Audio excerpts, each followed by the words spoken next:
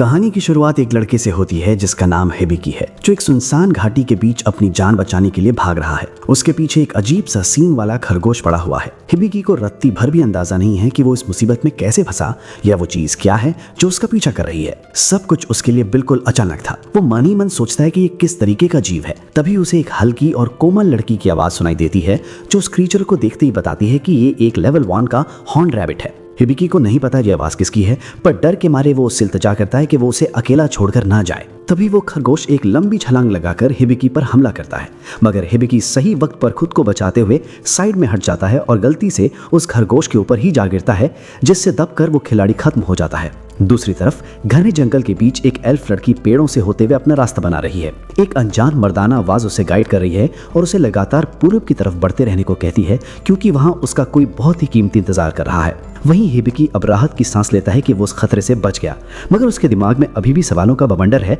कि वो कहाँ है और वो आवाज किसकी है। सिग्नल भी नहीं है, अब मैं किसी को मदद के लिए कैसे बुलाऊंगा। वो खुद को पागल होने से बचाने के लिए ये मान लेता है कि शायद वो आवाज सिर्फ उसके दिमाग का वहम थी। उसे थोड़ी भूख लगने लगती है और वो उस मरे हुए खरगोश को खाने के बारे में सोचता है, पर अगले ही पल डर जाता है कि पता नहीं ये खाने लायक है भी या नहीं। तभी वो आवाज फिर से गूंजती है और बताती है कि ये हॉर्न रैबिट दरअसल एक बेहद स्वादिष्ट डेलीवेसी है जिसे स्ट्रू में डालकर खाया जाता है। हिबिकी को थोड़ा घिन तो आता है, पर वो उसे अपने साथ ले जाने का फैसला करता है। ठीक है, इसे साथ ले लेते हैं, पर तुम सिर्फ तभी बोलती हो जब मैं कुछ पूछता हूँ, है ना। हिबिकी को महसूस होता है कि यह आवाज तभी एक्टिव होती है जब वो सवाल पूछता है, इसलिए वो अपने बैकपैक के बारे में पूछकर इसे टेस्ट करता है। आवाज बताती है कि यह बैग ऐसे मटेरियल से बना है जो इस दुनिया में मौजूद ही नहीं है। हिबिकी लगातार अलग अलग चीजों के बारे में पूछता रहता है और वो आवाज हर बार बिल्कुल सटीक और साफ जानकारी देती है। ये देखकर हिबिकी हैरान होता है और पूछता है कि क्या वो उससे भी स्कैन कर सकती है। तभी उसके सामने एक होलोग्राफिक स्क्रीन आ जाती है जिसमें उसके सारे स्टैट्स दिखाई देते हैं। उसका नाम और उम्र तो सही थी, पर उसकी जॉब की जगह प्रेजर प्रोविजनल लिखा देखकर वो चक्कर में पड़ जाता है, क्योंकि वो तो बस एक मामूली हाई स्कूल स्टूडेंट था। ये सब तो ठीक है, पर ये बताओ कि तुम आखिर हो कौन। मैं आपका स्टेटस सपोर्ट हूं, लेकिन मैं अपनी पर्सनल इंफॉर्मेशन शेयर करने के लिए ऑथराइज नहीं हूं। हिबिकी को ये बात थोड़ी नाइंसाफी लगती है, पर स्क्रीन पर ढेर सारी नई स्किल्स देखकर उसका मूड थोड़ा ठीक हो जाता है। वो एक्सपर्ट स्किल यूज करने की कोशिश करता है, पर कुछ नहीं होता, तो वो सोचता है कि ट्यूटोरियल शुरू करना ही बेहतर रहेगा।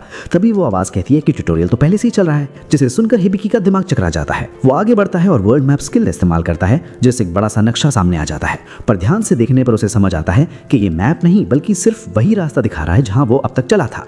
उसे एहसास होता है कि वो तब से गोल गोल एक ही जगह घूम रहा था, मतलब मैं तब से बेवकूफों की तरह एक ही जगह चक्कर काट रहा था। रास्ता साफ होने के बाद वो मैप की मदद से आगे बढ़ता है। सूरज ढलते तक उसे नीचे एक सड़क दिखाई देती है, पर जल्दबाजी में उसका पैर फिसल जाता है और वो सीधा पत्थर वाली सड़क पर मुंह के बल गिरता है। तभी वो आवाज अनाउंस करती है कि उसे कास्टअवे इन एन इज़ाकाई का टाइटल मिला है। हिबिकी हैरान होता है, पर तभी उसके सामने एक विशालकाय मॉन्स्टर आ खड़ा होता है, जिसे देखकर उसे लगता है कि अब सब खत्म है, मगर अचानक कहीं से एक जादुई तीर आता है और उस मॉन्स्टर को एक ही बार में ढेर कर देता है। हिबिकी शॉक रह जाता है जब वो देखता है कि एक चट्टान पर एक एल्फ लड़की खड़ी है जिसने उसे बचाया है। शुक्रिया, तुमने मेरी जान बचा ली। तुम ठीक तो हो, पर तुम इस मेज ईटर गैसलैंड में क्या कर रहे थे। हिबिकी उसे बताता है कि वो यहाँ अचानक कहीं से प्रकट हुआ, जिसे सुनकर वो लड़की हैरान रह जाती है। इस बीच वो आवाज उस लड़की को स्कैन करती है और हिबिकी को पता चलता है कि वो सच में एक असली एल्फ है जिसका नाम अमीलिया है। पर सबसे बड़ा झटका उसे तब लगता है जब वो देखता है कि अमीलिया की उम्र 56 साल है। अमीलिया समझाती है कि ये मैदान दरअसल एक मॉन्स्टर है जो शिकार के थकने का इंतजार करता है, फिर उसे निगल लेता है। हिबिकी की हालत खराब हो जाती है ये सोचकर कि वो मरते मरते बचा है। तभी अमीलिया उसे गले लगा लेती है, क्योंकि उसे लगता है कि हिबिकी से 10 साल का बच्चा है। एक छोटे बच्चे के हिसाब से तुमने काफी हिम्मत दिखाई। मैं कोई बच्चा नहीं हूँ, मैं 16 साल का हूँ। क्या 16 साल? मुझे बिल्कुल अंदाजा नहीं था कि तुम्हारी उम्र का कोई इतने छोटे शरीर में भी हो सकता है। कुछ ही देर में रात हो जाती है और वो दोनों वहीं अपना कैंप लगाते हैं, जहाँ हिबिकी को पता चलता है कि इस दुनिया में 15 साल की उम्र होते ही किसी को भी बालिग मान लिया जाता है। डिनर में वही हॉर्न रैबिट खाने के बाद हिबिकी अमीलिया से पूछता है कि वो लोग इस वक्त आखिर हैं कहाँ।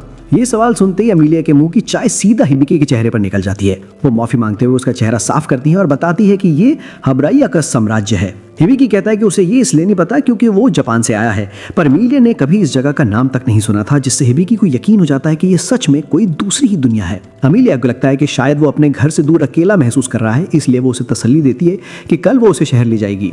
शुक्रिया अमीलिया, तुमने मेरी बहुत मदद की है। रात को जब हिबिकी सो रहा होता है, अमीलिया उसे देखते हुए सोचती है कि शायद ये लड़का ही वो कीमती चीज है जिसके बारे में उस स्पिरिट ने उसे बताया था। जल्दी उसे भी नींद आ जाती है। हिबिकी सपने में अपनी पुरानी जिंदगी देख रहा है, जहां वो अपने 3 सबसे खास दोस्तों अमाइन, कायो युको और टीकी के साथ उस डाइनर में है जहां अमाइन काम करता है। ये तीनों उसके लिए बहुत मायने रखते थे। भले वो उसका कद छोटा होने पर उसका मजाक उड़ाने का कोई मौका नहीं छोड़ते थे।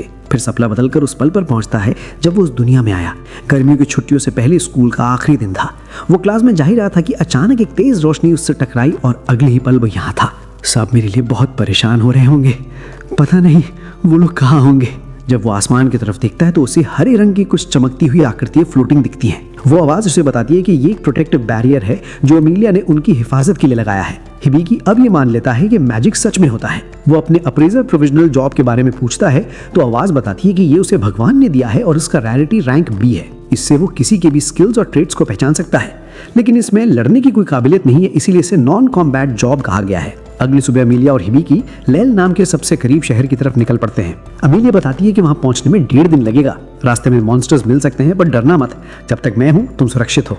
अमीलिया हैरान हो जाती है जब हिबिकी उन मॉन्स्टर्स को पहले ही महसूस कर लेता है। हिबिकी बताता है कि ये उसकी वर्ल्ड मैप स्किल की वजह से है।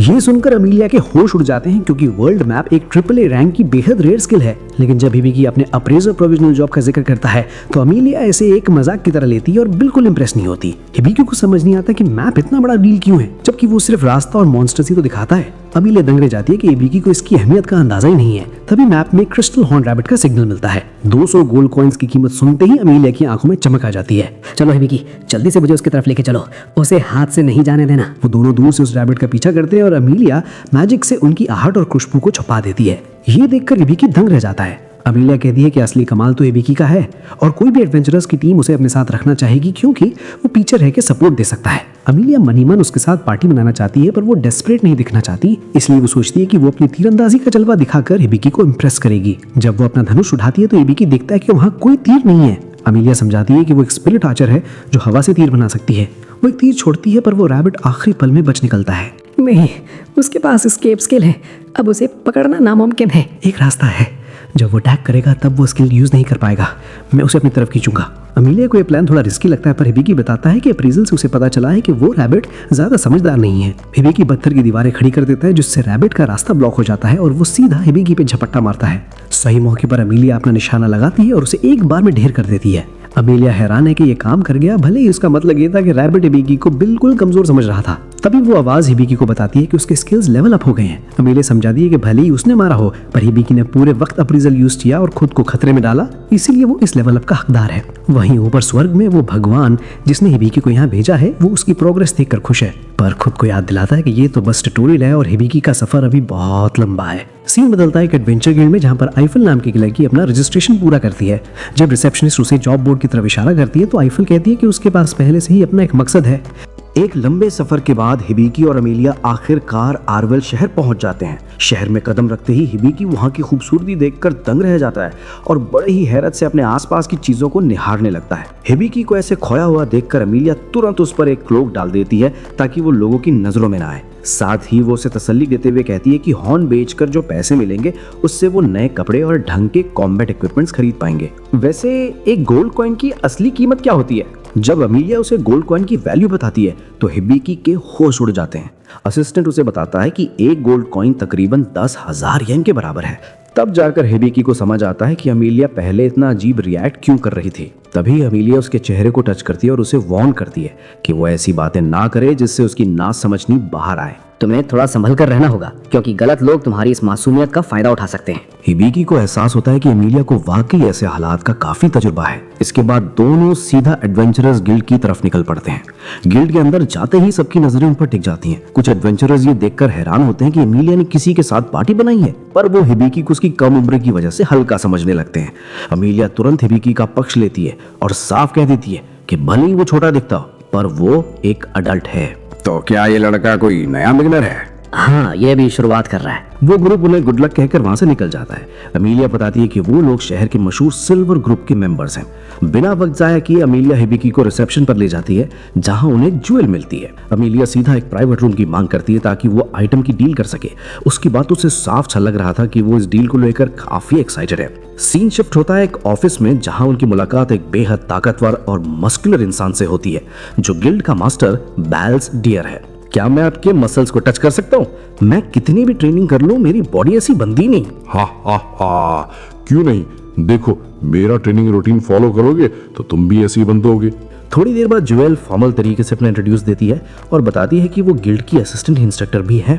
वो उनसे पूछती है कि वो क्या बेचना चाहते हैं। जैसे ही अमीलिया वो हॉर्न दिखाती है, बैल्स उसे देखकर हैरान रह जाता है, क्योंकि उसने सालों पहले देखे गए स्पेसिमेन से भी ये पढ़ा था। वो उसके लिए 400 गोल्ड कॉइन्स ऑफर करता है। 400 गोल्ड कॉइन्स, ये तो बहुत बड़ी रकम है। नहीं, मुझे इसके लिए पूरे 800 गोल्ड कॉइन्स चाहिए। दोनों के बीच में काफी देर तक मोलभाव चलता रहता है। बैल्स मना करने की कोशिश करता है, पर एमिलिया धमकी देती है कि अगर सही कीमत नहीं मिली तो वो इसे कहीं और बेच देगी। काफी बहस के बाद बात 700 गोल्ड कॉइन्स पर तय होती है। जुएल बीच में बोलती है कि ये उनके बजट से बाहर है और बाकी के पैसे बैल्स की सैलरी से कटेंगे। फिर भी एमिलिया इस डील से काफी खुश होती है और धीरे से सेलिब्रेट करती है। इसके बाद वो ट्रांजैक्शन खत्म करने जुएल के साथ चली जाती है और हिबी की लॉबी में इंतजार करने लगता है। हिबिकी, अब तुम अपनी ट्यूटोरियल एबिलिटी को इवॉल्व कर सकते हो। ट्यूटोरियल एबिलिटी, इसका मतलब क्या है? सिस्टम समझाता है कि एक स्पेशल एबिलिटी है जो उन लोगों को मिलती है जिनके बचने के चांसेस कम होते हैं, ताकि उन्हें डिवाइन हेल्प मिल सके। हिबिकी को समझ नहीं आता है कि उसकी तारीफ है ये बुराई, पर वो खुश होता है कि उसे ऐसी मदद मिल रही है। तभी उसे एक अनजान आवाज सुनाई देती है, मैं तुम्हारा सपोर्टर हूँ, पर मैं हमेशा साथ नहीं रहूंगा। जैसे ही तुम्हारा ट्यूटोरियल लेवल बढ़ेगा, मेरा काम खत्म हो जाएगा। थोड़ी देर में एमिलिया वहाँ वापस आती है और एक ऐसी खबर देती है जो हिबिकी को हैरान कर देती है। उसे एक मिशन मिला है जिसके लिए उसे अपने पुराने शहर जाना होगा और वो हिबिकी को अपने साथ नहीं ले जा सकती। वो बताती है कि उसने जुएल से उसकी देखभाल करने को कह दिया है और वो उसी इन यानी कि सराय में रुक सकता है जहाँ अमीलिया रुकती थी। साथ ही वो उसे तानिया से मिलने की सलाह देती है। हिबिकी के पास कोई रास्ता नहीं बचता और वो फैसला करता है कि अब उसे आगे का सफर अकेले ही तय करना होगा।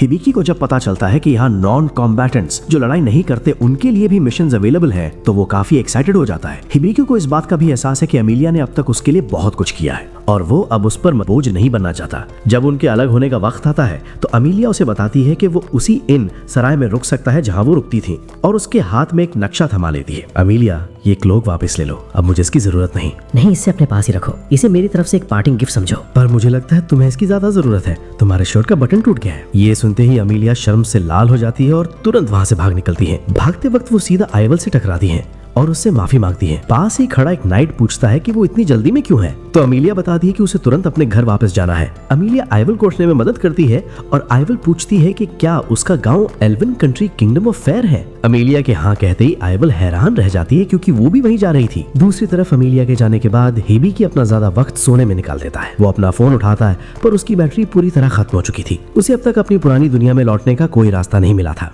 और पिछली बात के बाद से भगवान ने भी उससे कोई बात नहीं की थी। हिबिकी सोचने लगता है कि आखिर उसे इस दुनिया में लाया ही क्यों गया है। तभी इनकी मालकिन टानिया उसके कमरे में आती है। हिबिकी, तुम ठीक तो हो ना?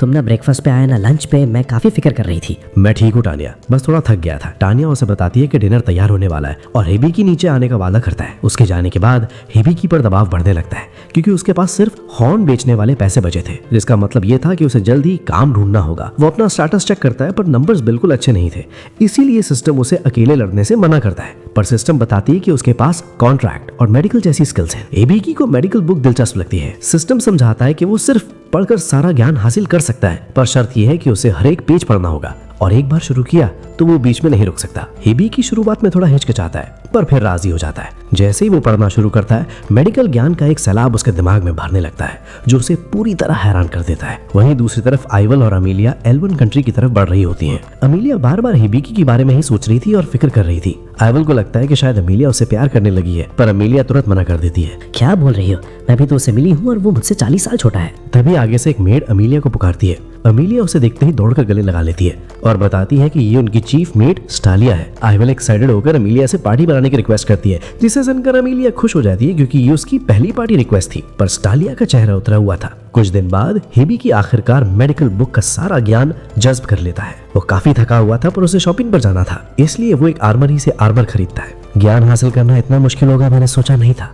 हर एक स्किल को सीखने का अलग तरीका है और सिस्टम सांपों के बिना मेकअप का भटक गया होता। हिबिकी ने अपने स्टेटस सपोर्ट का नाम अब सांपो रख दिया था क्योंकि ये बोलने में आसान था। जब वो काम ढूंढने गिल्ड पहुंचता है तो वहाँ एक जख्मी एडवेंचरर को लाया जाता है। हिबिकी देखता है कि ये वही शख्स है जिससे वो कुछ दिन पहले मिला था। उसका साथी चीख रहा था कि उसे सिल्वर रूबी वुल्फ ने जख्मी किया है और सिर्फ डिलियाडी खून रोक सकता है, पर वो दोनों गिर जाते हैं और जख्मी आदमी के टांग से दोबारा खून बहने लगता है। जुमल बताती है कि डिलियट शहर में नहीं है, मुझे देखने दो, मेरे पास मेडिकल स्किल है। सब हैरान होते हैं पर हिबिकी आगे बढ़ता है। सांपो चेक करके बताती है कि मरीज के पास सिर्फ 5 मिनट है। उसे डीरेन जहर चढ़ा है और उसने अपने 2 अंग गंवा दिए हैं, जिसका इलाज सिर्फ हाइपरक्योर और परफेक्ट हील से हो सकता है। हिबिकी को लगता है कि आसान होगा, पर एक बड़ी मुसीबत सामने आती है। इलाज के लिए 650 मैना पॉइंट्स चाहिए, जबकि हिबिकी के पास सिर्फ 56 थे। हिबिकी समझ जाता है कि सिर्फ ज्ञान होना काफी नहीं है, अगर मैना ही नहीं है तो वो उसकी जान कैसे बचाएगा। अब वो किसी हल की तलाश में गहरा सोचने लगता है। जब हिबिकी माना की कमी की वजह से परेशान होता है, तभी सपो उसे एक रास्ता दिखाती है।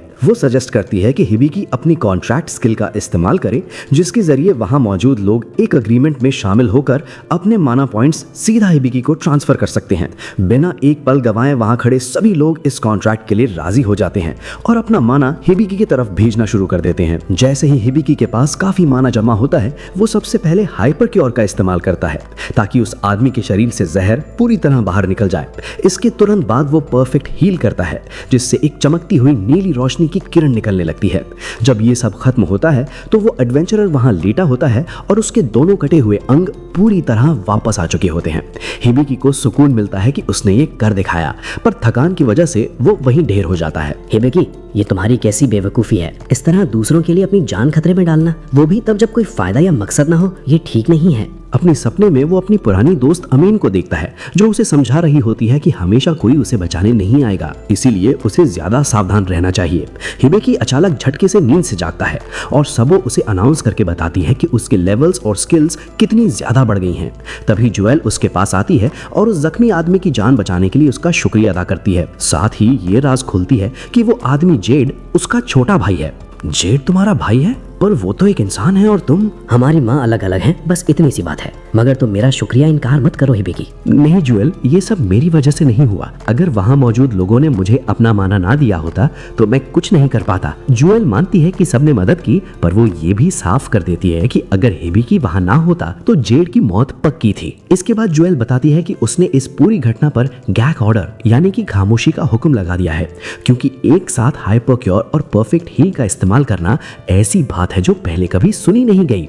अगर ये खबर बाहर फैली तो लोग अपने माली फायदे के लिए हिबिकी का इस्तेमाल करने की कोशिश करेंगे। मेरा मशवरा है कि तुम किसी पार्टी के साथ जुड़ जाओ। फ्रेंडली कॉम्बैटेंट्स के बीच रहना तुम्हारे लिए ज्यादा सेफ रहेगा। हिबिकी इस बारे में सोचता है, पर वो पूरी तरह राजी नहीं होता। उसे लगता है कि वो इस शहर में कब तक है ये तय नहीं, और वो अपनी वजह से किसी और को मुसीबत में नहीं डालना चाहता।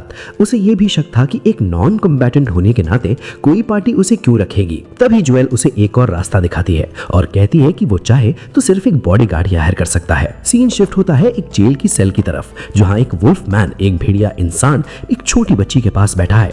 उसके इरादे खतरनाक लग रहे हैं और वो ऐलान करता है कि अगर किसी ने भी उस बच्ची पर हाथ उठाने की जरूरत की तो वो उसे चीर फाड़ कर रख देगा।